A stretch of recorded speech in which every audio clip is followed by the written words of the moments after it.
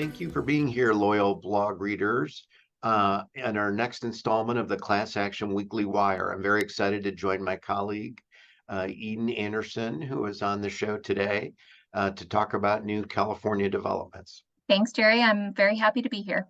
Great. A significant decision in the PAGA area was argued this past month in the California Supreme Court, and I know you're kind of following all things PAGA and all things arbitration on behalf of employers and are very much in the forefront of thought leadership in this area. Could you tell our audience a bit about the case and what it means?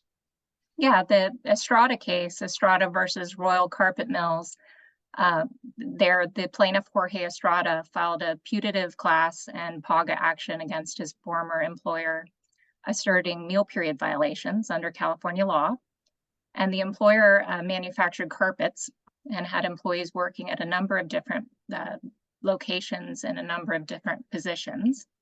And the court initially certified two classes of workers from two different production facilities, 157 employees in total, and the claims were tried to the bench.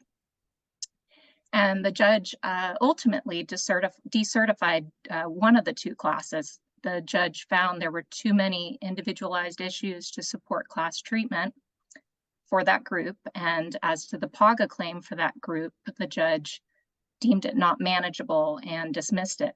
And Mr. Estrada appealed, and he argued that PAGA claims have no manageability requirement, and the Court of Appeal agreed with him.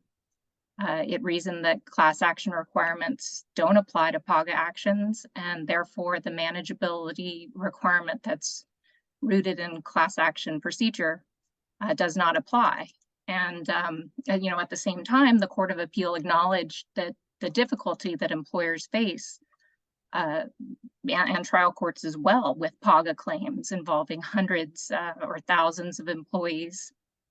But it concluded that dismissal for lack of manageability just isn't a tool that trial courts can utilize. I know there are a range of approaches that trial courts and appellate courts have undertaken when it comes to managing or adjudicating a PAGA action. Is there a split in authority that the California Supreme Court is going to be debating and looking at in terms of its ultimate ruling? Right, that's correct, Jerry. The holding in Estrada is contrary to the holding in Wesson versus Staples, where a PAGA claim was stricken as unmanageable. The claims at issue in Wesson involved alleged misclassification of 345 store managers, and the employer's exemption affirmative defense turned on individualized issues as to each manager's performance of exempt versus non-exempt tasks, which of course varied based on a number of factors, including store size, sales volume, staffing levels, labor budgets, store hours, and customer traffic, all of which varied from one store to the next and from one manager to the next. So that split in authority prompted the California Supreme Court to grant review in Estrada, but it did not grant review in Wesson, which is maybe a telltale sign that it thinks Wesson was properly decided. I know the case was argued on November 8, and the stakes are quite high. It's a vexing area for employers. It's a challenging area for judges and lawyers. What were your takeaways from the oral argument and what employers ought to know about the issues that were argued over that day before the California Supreme Court? Overall, it was an uplifting oral argument for employers, which, as you know, can be a little bit unusual out here.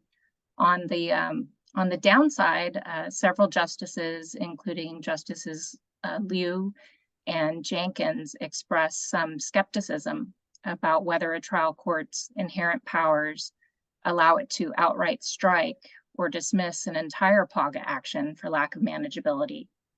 Justice Liu commented that permitting trial courts such wide-ranging power could shortchange the PAGA statute unless there's an overriding constitutional interest. And on that point, several justices acknowledged that an employer has a due process right to present evidence to support its affirmative defenses.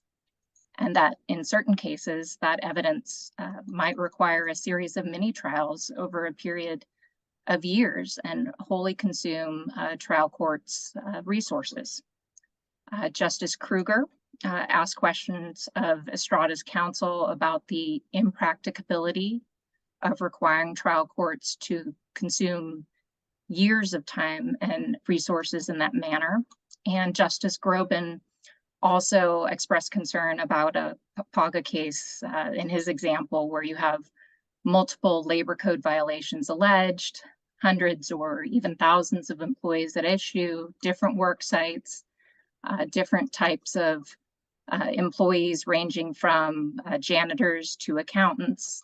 And he asked why, in such a case, a trial court could not just limit the case to the accountants only. And other justices raised similar concerns. Chief Justice Guerrero asked Estrada's counsel why the answer shouldn't just be that trial courts have this broad discretion and that it's just something that's going to be subject to appellate review.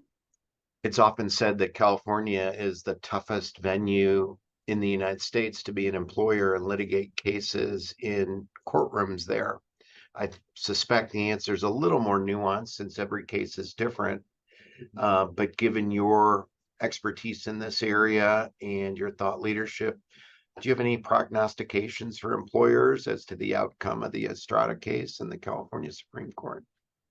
Yeah, given the constellation of comments from the justices, the court may hold that trial courts have their inherent authority to protect an employer's due process rights, and that such power necessarily encompasses the right to gauge the manageability of PAGA claims and to narrow them down. As to whether that authority includes outright dismissal of an entire PAGA case, employers are going to have to wait and see. And a decision has to issue within 90 days, so we will soon know the answer. Well, in following the dockets of filings in all the states as we do, I think the number one case being filed these days by the plaintiffs' bar are PAGA representative actions. So this particular decision certainly has the potential to be a game changer in the landscape of legal liability, especially in California. Well, thank you so much, Eden, and thank you to our loyal blog listeners for another edition and participation in our weekly Class Action Wire. Thank you for having me, Jerry, and thank you, listeners.